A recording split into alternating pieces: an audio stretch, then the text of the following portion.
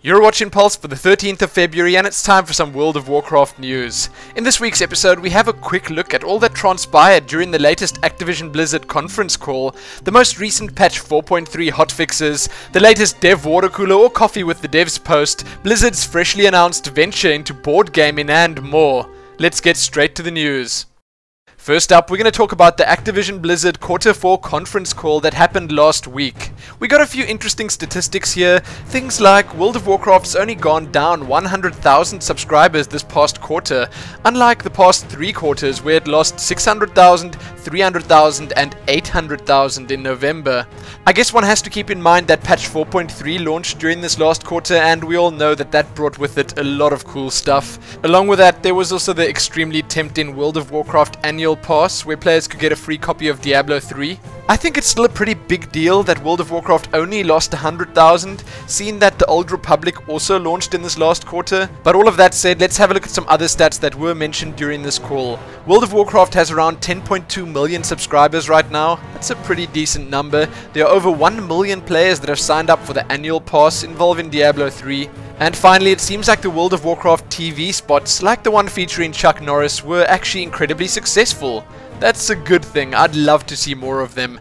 There are a couple of other smaller mentions here that you can also check out. There are a few involving StarCraft 2 and Diablo 3, but I will be covering those in my Diablo and StarCraft episodes later this week. So be sure to check back here then for those. As I mentioned though, read all about the latest Activision Blizzard conference call below from various different websites. And now let's move on to the next piece of news. Here we have the latest, if slightly minor, 4.3.2 hotfixes. Most notably, Ultraxion Trash is less lengthy now. Also in the Dragon Soul, after the instance is cleared, Crimson Lifebender now resurrects the non-player characters at Wormrest Temple. And for the Love is in the Air world event and everyone doing that right now, players are now able to receive lovely charms while on the quest Test Your Strength. Players also now have the chance to receive both lovely charms and grisly trophies from a single kill. That should make things a little bit easier. Along with the hotfixes, there was also one quick change to the patch 4.3.2 notes. Players no longer benefit from a role-based need bonus on the second of multiple copies of the same item on a single raid finder boss kill. That sounds a little bit complicated, but it really isn't. You can read more about that and the recent hotfixes below. Now it's time for a talk about the most recent Dev Watercooler or Coffee with the Devs post. This time around, Greg Ghostcrawler Street talks, or philosophizes rather, about the role of class roles in World of Warcraft. He does mention to us though that this is by no means any sort of announcement or hint of what's to come in Mists of Pandaria. In this post he talks about the multiple DPS roles in the game right now and whether they should all be perfectly balanced.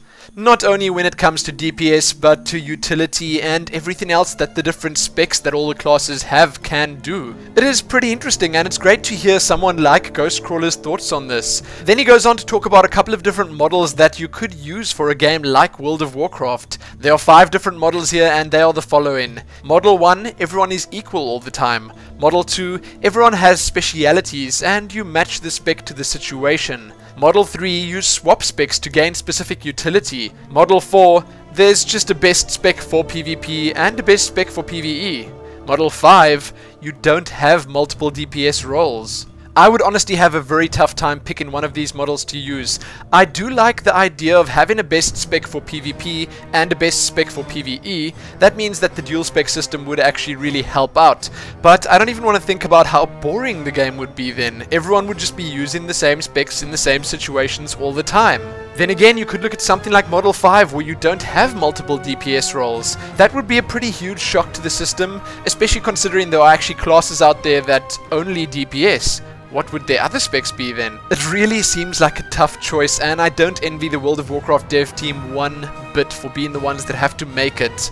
Ghostcrawler does mention at the end of this blog that he fundamentally believes that none of these models are, without question, the obvious right one, and I suppose that is actually the right answer here. I can't wait to see what Blizzard come up with and what they decide to do come Mists of Pandaria, but till then, you can check this post out and let me know what you think. Which of these would you prefer, or if you have a better idea, what would it be? Check it out below and enjoy. Next up, we're going to have a talk about something that I couldn't wait to talk about. Blizzard are pleased to announce a partnership with USAopoly, and this is to release fresh takes on two classic board games. Monopoly World of Warcraft and Risk StarCraft combine tried and true foundations with new designs and gameplay elements inspired by Blizzard's popular gaming universes. Those who dare engage will discover a new chance to claim supremacy, both over their friends and over the battle-torn lands of Azeroth and the Krapulu sector. These games apparently formally debuted at the 109th Annual Toy Fair this past Sunday, February the 12th, in New York City. Now, I haven't managed to actually see any more information about them, but the little bit that I have seen looks absolutely amazing. There's even a poll on Facebook right now where you can vote on which player pieces will make it into the final Monopoly World of Warcraft board game. There are 10 options including Murky, Chenskeg, Mechanonome, and a lot more. You can check them out on your screens right now. The small piece of the World of Warcraft Monopoly board that they showed off on the official site does look really cool, and I can't wait to see the full thing. Even more so though, I want to see what they did with the risk map for StarCraft 2. But hey, I will let you guys know when I find any more information regarding this. You can obviously read quite a bit more about Monopoly World of Warcraft and Risk StarCraft below. You can read how much they're going to set you back, how many different playing pieces there are, how the boards are going to be set up, and everything else.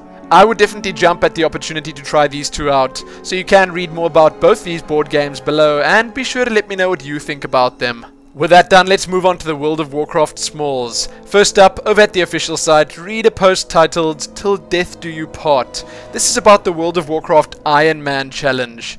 It is pretty tough and definitely not for the faint of heart. Then check out the latest community news post on the EU site, that's for the 10th of February. Have a look at World of Warcraft War College, Getting Geared. This is a new post series that's sort of similar to the Art of War posts on the StarCraft community sites, and I think they are indeed a great addition.